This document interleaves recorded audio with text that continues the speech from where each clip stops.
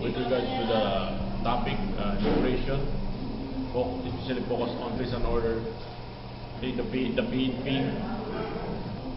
has a very vital role, especially on those migrants who are victim of illegal recruitment, and especially those trafficking in person.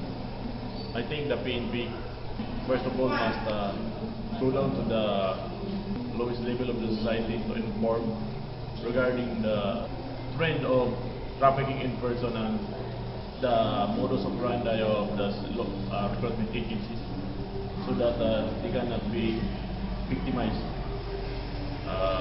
Since we know that armed is as a conflict, especially on the peace and order, most of the victims here are women who are seeking a job abroad, but in spite of most of them are not qualified in terms of education, attainment, and experience, still they were forced to be victim of this illegal recruitment or illegal recruiters.